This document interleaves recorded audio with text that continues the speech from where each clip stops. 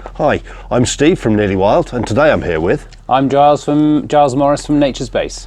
Naturesbase. Gyles, tell us a little bit about Naturesbase. I'm currently sat with you in, well, an amazing space really, wonderful little garden. We've been through all sorts of plants and wonderful yard next door, lots of families seeming to be having a great time. Lot going on. Tell me a bit about it. Well, the concept started when I was 23. I was travelling around Australia. My background is landscape architecture. I then became a teacher, went travelling, and it's a combination of both those skills. Right. So it's the management and design of a landscape for the interaction of people. Right. So we work with schools, we work with university groups, we work with corporate groups, and we also work with families during the summer.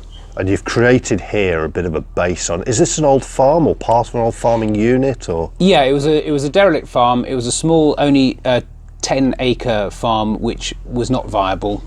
So we bought it and we revisioned it to this education centre.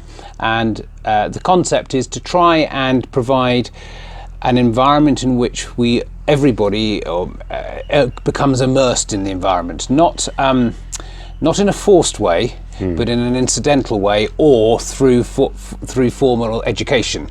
And the idea is my passion for nature, being immersed in nature, is shared with anybody, as I say, as families, school children, university students, and that's the concept behind it. That's fascinating. So what we've got is a sort of areas of camp fields, area with some livestock, a bushcraft teaching area, and then you've got these other spaces. Some of them are communal and some of them are where people can stay. Can you tell us a little bit about how that works, because there's some really interesting structures that you've created. Well, sustainability is at the core of what we do. So sustainability for each other, the way we employ people, the way we interact with our visitors, but also the infrastructure. So the spaces have an ecological slant to them. So the main building, which is a 42-bed centre, but in the summer it divides up into 3 family lodges.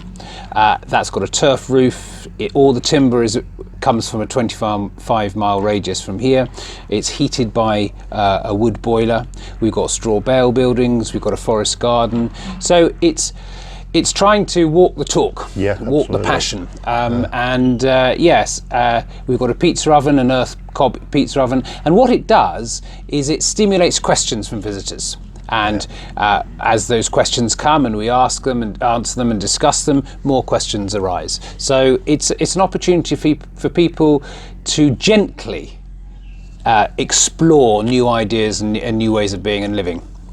Right down to those lovely little sort of indoor-outdoor kitchen areas, which... Yeah, the alfresco kitchens, yeah. Fantastic. And, because we have the campsite in the summer, surrounded by wild grass and trees, some people...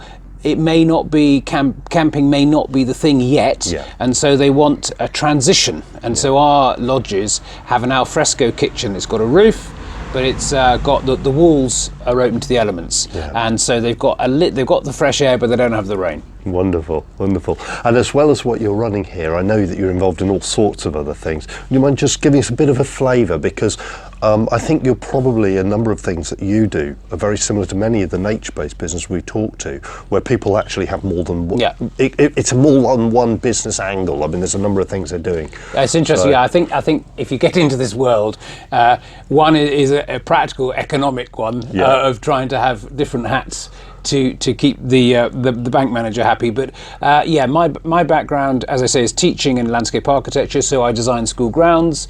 I train teachers to teach in their school grounds the curriculum where it's appropriate, and I developed courses in India as well. So I take, in the winter, when this is less busy, I take groups of adults and students to India for various lengths of time. Fascinating. Yeah. And that's to learn about India, or to learn about the natural world, or is it a bit of a combination? It's a bit of both. It's actually, I think India is a burgeoning superpower.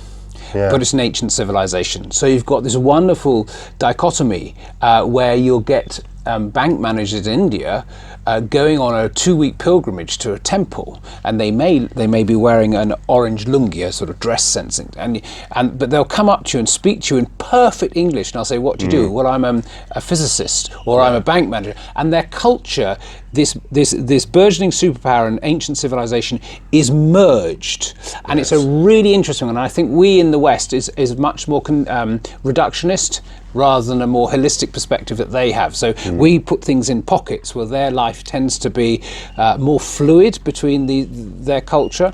And I think from a sustainable point of view, both families there, they look after their elders, they respect their elders, they the very word elder, wisdom. Yes. And so the elder members of the family will still be in the family home or nearby, and the children will seek advice from them. And I think those sorts of social structures are also very interesting. And of course, it has many, many problems, but it's the largest democracy in the world. And I think we can learn so much from India as it's just a fascinating place. So it's a combination of sustainability, social geography, environmentalism, and culture and history. That depth, that sort of 10,000 years worth of history, which is on the landscape.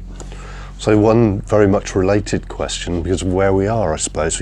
You've chosen to base yourself, and obviously you've been here for quite some years now, in mid Wales, towards the west.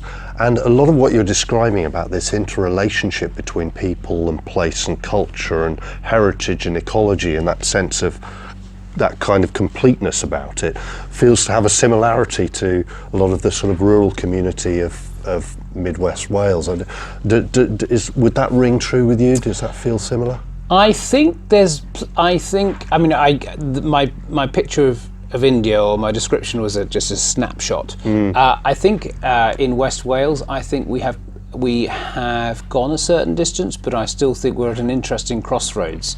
I think with Brexit and the fact that the farm subsidies are going to disappear, whether the government are going to meet them fully, I think farms are going to, and the way we manage our land is going to have to be looked at in a creative, positive way. I think that tourism in Cardigan is also very interesting, because it's so remote and so isolated that it takes a little bit more effort to get here. So you will find the yurt farm, you'll find chocolatiers, you've got a pasta maker, we've got buffalo. I mean, you wouldn't expect those sorts of things in such a rural community, but it's about having to diversify from small holdings like this and many others like ours. Agriculture will not sustain a family or a community, so we've got to look at more creative ways of doing it. So going back to your question, yes, there are some very interesting projects going on, but I think there's a complication that hasn't been totally resolved between Welsh culture, Welsh politics, language, and ecological diversity. And I think there are small groups that are, I just think we need to work more on that. And I don't have the answers, but I think there is still sometimes a feeling of the more traditional, conventional smallholders and farmers and communities, and then people like ourselves who, even though I am Welsh, I'm not a Welsh speaker, maybe coming in and be seen as, I think there's still a little bit of tension there that I hopefully, through dialogue and trust and communication, everybody can benefit from. That's a really interesting insight, and I think that some of you know, you've been watching some of the other videos we've been doing with people in Nearly Wild, is looking at this thing about how can we together start to identify that different future that builds on some of the sorts of lessons and the projects that you've been developing and others are developing, trying to take a more nature-centric approach, and really interesting to see around your business. So, well, it's been many thanks for that. For those of you who are interested, obviously there'll be more information at the bottom of the video in the description about the work here at Naturesbase and all the other activities, links to the websites and so on. Meanwhile, thank you very much. Fascinating conversation. Well, welcome, and I'm so glad you were able to come. Thank you. Cheers. Cheers.